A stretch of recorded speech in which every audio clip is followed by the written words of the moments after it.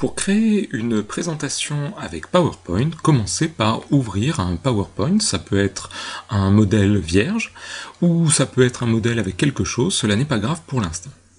Une fois que le modèle est ouvert, cliquez sur la première diapositive pour être sûr que rien n'est sélectionné ici. Vous allez dans le menu Insérer et tout au bout à droite, vous allez trouver l'icône qui nous intéresse, Insérer un enregistrement de l'écran. Cliquez dessus. À partir de maintenant, PowerPoint se replie, il descend dans la barre en bas et laisse apparaître ce qui se trouve derrière votre écran. Alors, suivant les cas, si vous avez déjà utilisé cet outil, peut-être qu'il y a une sélection, c'est mon cas. Moi je vais faire une nouvelle sélection, mais peut-être que vous, il n'y a rien, et que vous avez la petite croix qui prépare la sélection pour savoir quelle partie de l'écran vous allez enregistrer. Moi, je vais prendre tout mon écran de manière à avoir un beau film pour ce tutoriel. Pour l'instant, l'enregistrement n'est pas commencé, on n'a fait que sélectionner une zone. Vous pouvez choisir d'enregistrer l'audio ou de ne pas enregistrer l'audio. Vous pouvez dès maintenant vous préparer, attention ça va commencer. Juste un petit rappel, quand vous voudrez arrêter, les touches pour arrêter, c'est une combinaison de 3 touches, et il vaut mieux la noter quelque part, parce qu'ensuite, dans la fébrilité, on l'oublie. C'est la touche Fenêtre, la touche Windows, qui est un petit peu à côté de la barre d'espace, si vous la trouvez. Il faut en même temps appuyer sur la touche majuscule, et il faut en même temps appuyer sur la touche Q. La touche Q, c'est le début du verbe quitter, et en général, ça veut dire arrêter. Donc, Windows, Fenêtre, majuscule et Q. Bon, maintenant vous êtes prêts, je vais cliquer sur Enregistrer et ça va commencer. Attention, ça tourne.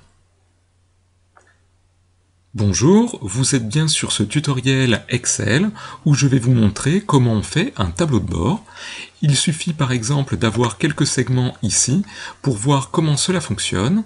Il faut évidemment cliquer sur les différents boutons. Vous pouvez jouer avec ici la chronologie qui va choisir un certain nombre d'années, et vous pouvez même faire des sélections multiples, par exemple le Bordelais, plus la Charente, plus le Sud-Ouest, et vous voyez le niveau des ventes et la CSP des gens.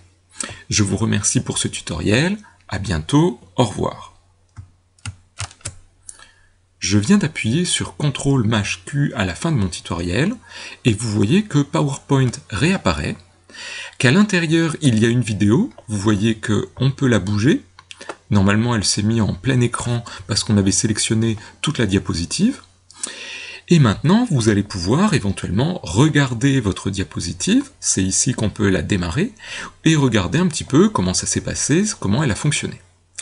Vous avez vu qu'au début c'était un petit peu laborieux, il y a eu un petit temps. Vous avez la possibilité, si vous avez envie, de recadrer. Mais comme j'ai parlé, je ne vais pas recadrer cette partie-là.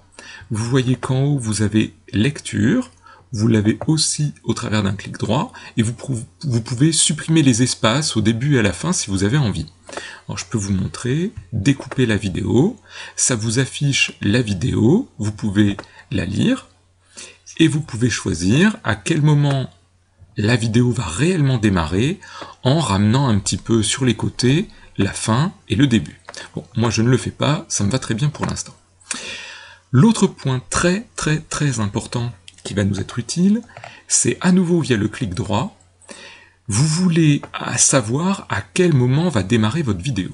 Pour ce que l'on va faire, on veut qu'elle démarre dès que la diapo arrive, donc automatiquement, pas de clic.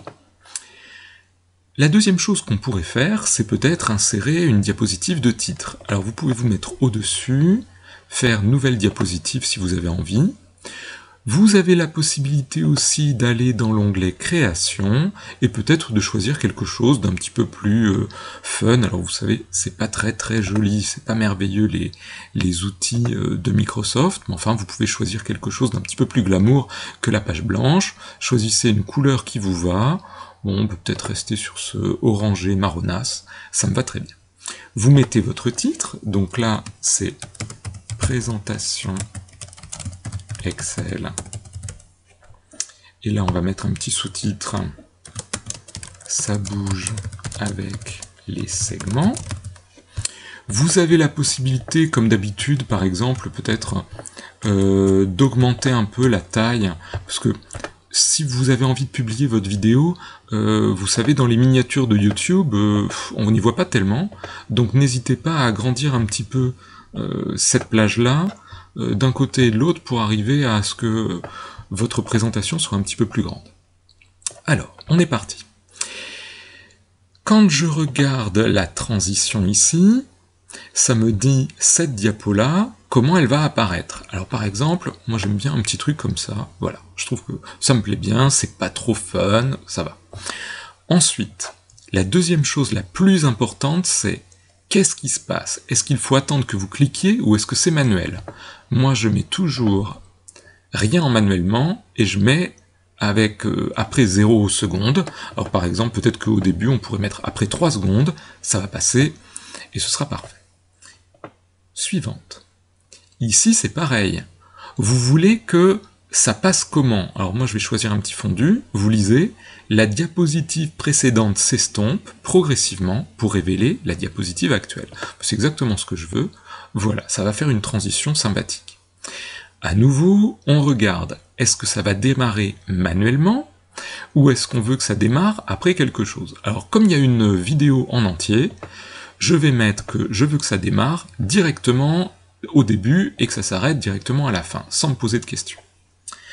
Ensuite, on pourrait créer une petite diapo supplémentaire.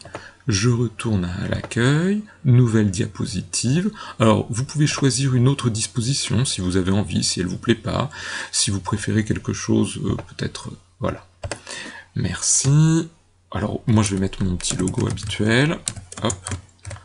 Si j'y arrive, en parlant de bureautique, et en dessous mon petit sous-titre habituel, formez-vous, point d'exclamation.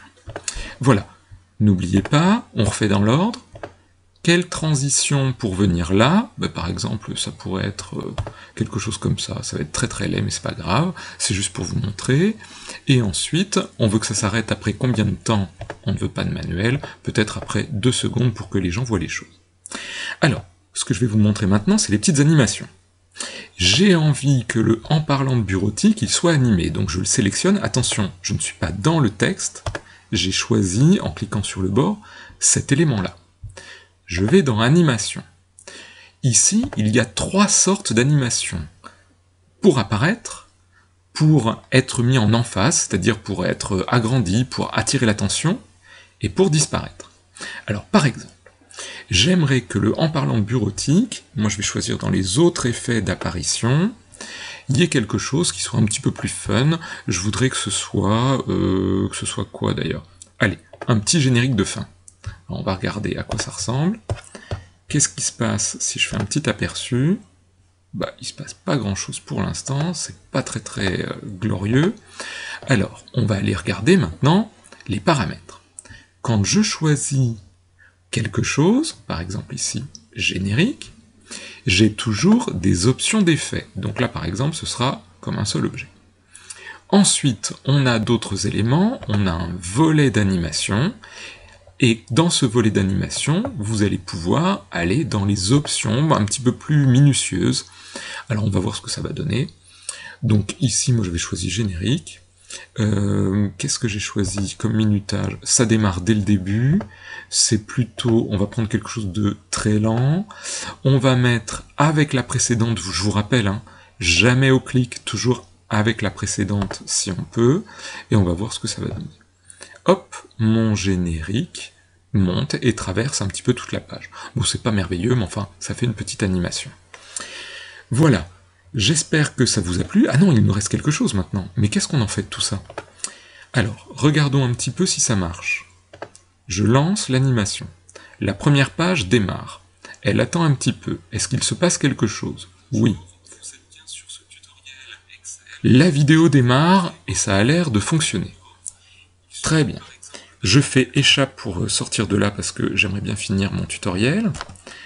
Ça me fait revenir à ma présentation. Maintenant, je voudrais que tout ça, la première diapo, avec le petit rideau, la vidéo et la dernière diapo, forment une seule vidéo. Pour faire ça, je clique sur la première pour me mettre au début. Je vais dans Fichier, je vais dans Exporter, et dans Exporter, qu'est-ce que j'ai? J'ai la possibilité de créer une vidéo. Il me demande quelle est la qualité de cette vidéo, moi j'ai pris le meilleur.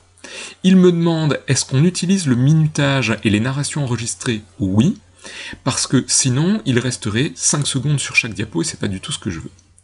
On peut faire maintenant créer la vidéo, c'est-à-dire qu'elle va se mettre à l'endroit où j'ai envie de l'enregistrer, et ce sera en MP4. Voilà, j'espère que ça vous a plu, cette fois c'est la fin. Bonne continuation, à bientôt, au revoir.